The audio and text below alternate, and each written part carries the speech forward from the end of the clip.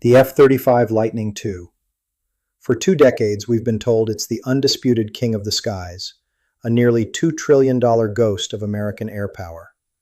But behind the curtain, the story is getting a lot more complicated. Allies are getting nervous, budgets are getting squeezed, and the political winds in Washington are shifting. Recent White House budget proposals are signaling a major slowdown for the F-35, with plans to slash the Air Force's 2026 order by half. This isn't just a number on a spreadsheet, it's a crack in the very foundation of the West's air dominance strategy.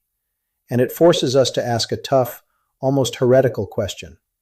Is the F-35's legendary advantage really all it's cracked up to be? For years, the official line has been that the F-35 is simply untouchable. But what if that's only true in a perfect world? We're about to look at the surprising ways a cheaper, more nimble Swedish fighter, the Saab Gripen, could not only hold its own, but maybe even come out on top. This isn't just about two jets. It's a clash of philosophies. The invisible hunter versus the resilient warrior. And it pulls back the curtain on the raw political and industrial pressures, forcing air forces to rethink what it actually means to own the sky. To get why this debate is even happening, you have to follow the money.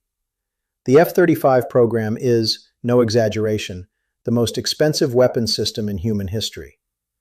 With sustainment, the total lifetime cost is projected to hit around $1.7 trillion. When you spend that kind of cash, you expect perfection. But what the Pentagon and its partners are getting is a machine built on staggering compromises. First, and most importantly, is the insane cost just to get it off the ground. Official data from early 2026 shows the cost per flight hour for an F-35A is somewhere between $35,000 and $38,000. The Pentagon's goal was to get that down to $25,000 an hour by 2025, a target they completely missed. That isn't just an accounting headache. It cripples pilot training. If you can't afford to fly your planes, your pilots get rusty, and all those advanced capabilities become purely theoretical.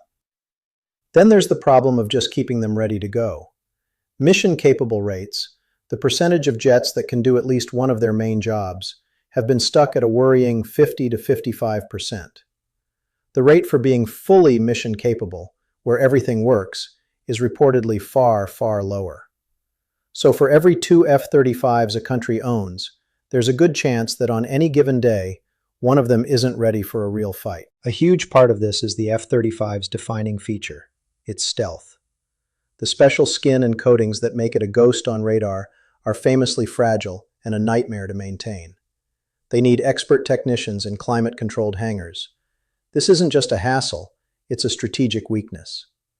The F-35 is a hangar queen, a thoroughbred that needs constant, expensive pampering.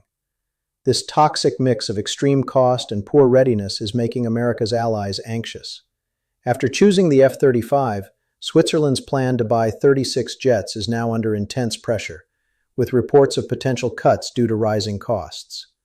This came after news that their Patriot missile deliveries would be delayed for years because the U.S. rerouted them to Ukraine, a stark reminder of the risks of relying on a single, overstretched supplier. Meanwhile, Canada is still technically committed to its 88 jets, but the deal remains locked in a state of review over ballooning costs and political friction. All this anxiety creates an opening for a different kind of fighter, with a completely different way of doing things. And that brings us to the Saab JAS 39 Gripen. The Gripen was never meant to be an F-35 killer. It was built to solve a very Swedish problem. How do you defend a huge country against a superpower, on a tight budget, without needing anyone else's help? The result is a fighter that values a different set of skills: brutal efficiency, toughness, and strategic independence. Let's start with the price tag. While exact numbers are tricky, promotional materials put the Gripen E's flight hour cost as low as $8,000, though more realistic independent estimates place it closer to $22,000. Even at the high end, that's a massive saving over the F-35.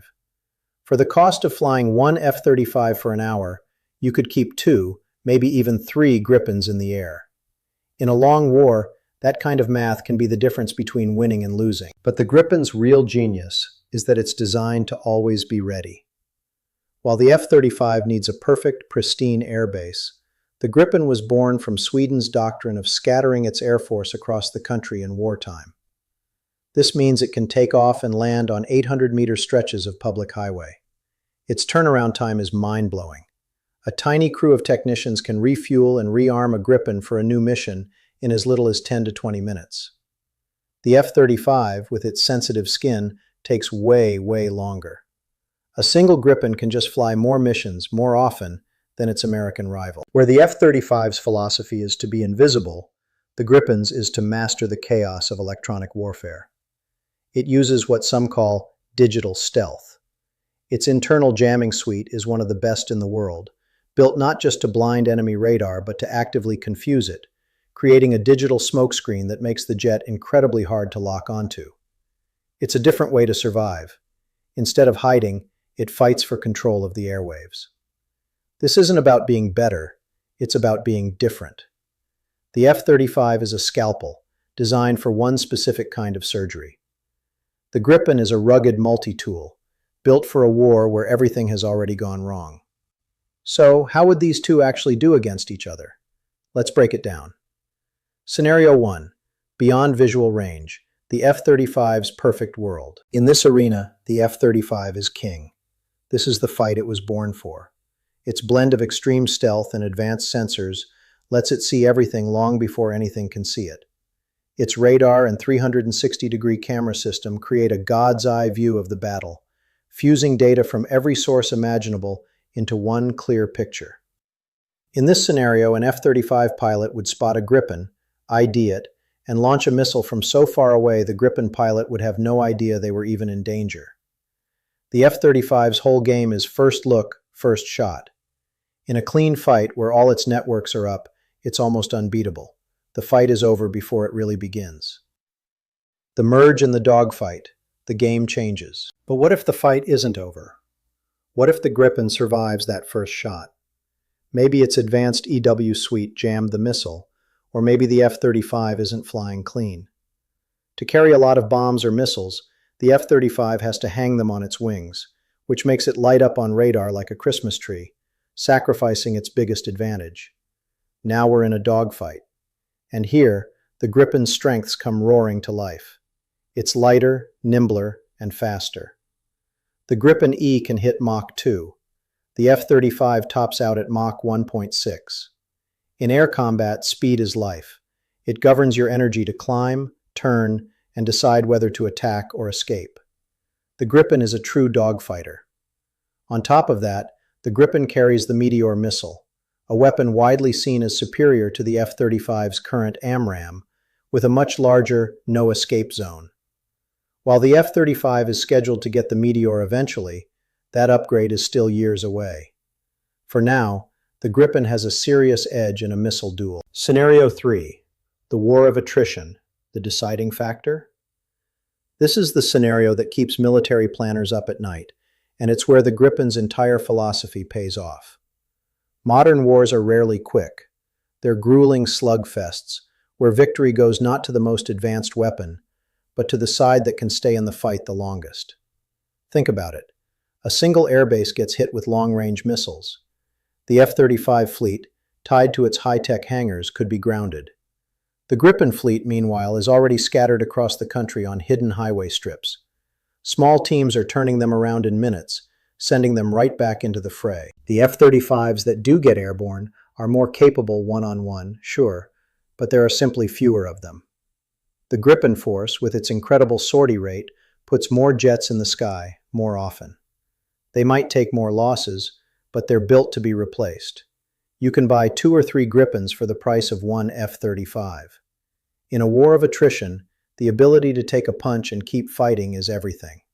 It's the logic the Gripen was built on. Availability is an ability all its own. If you find this kind of breakdown of military strategy and tech fascinating, do us a favor and subscribe and hit that notification bell. We go deep like this every week on the strategies and hardware shaping our world. Now, let's pull back for the big picture, because this is about more than just which plane is better. Choosing between an F-35 and a Gripen isn't just a technical decision. It's a profound statement about a nation's place in the world. When you buy the F-35, you're buying into the entire American military ecosystem.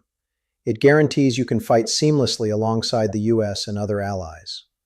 For a country like Finland, sharing a massive border with Russia, that was the deciding factor.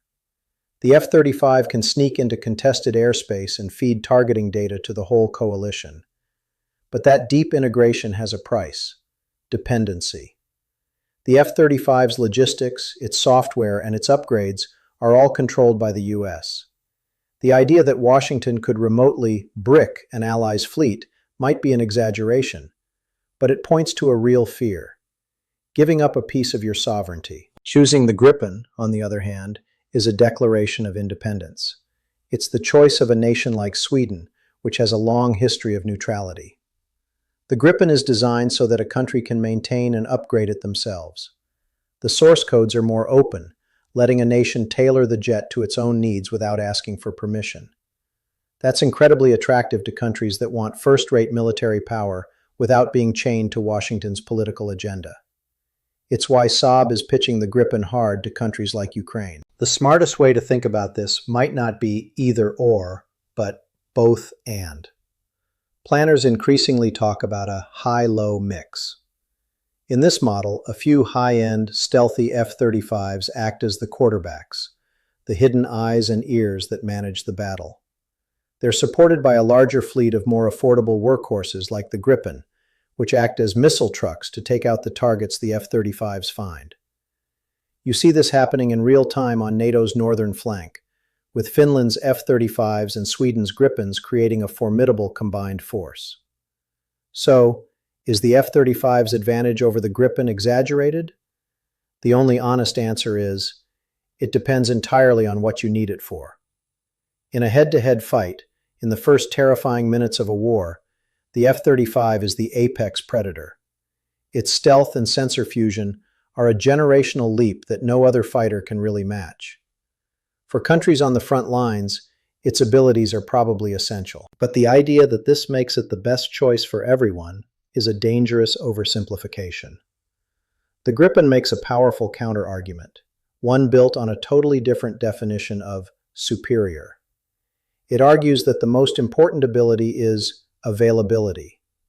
It picks resilience over complexity and cost-effectiveness over capability at any price. For a nation focused on defending its own turf, wanting to deter a bigger enemy by promising them a long, bloody, and expensive war, the Gripen isn't just an alternative, it might just be the smarter choice. The tremors shaking the F-35 program, the budget cuts, the nervous allies, the crushing operating costs, are forcing a reckoning that is long overdue. The debate is no longer about which plane is better. It's about what kind of wars we plan to fight, and what price we're really willing to pay to win. What do you think? Is a country better off with a handful of super jets or a bigger fleet of really good, affordable fighters? Let us know your thoughts in the comments.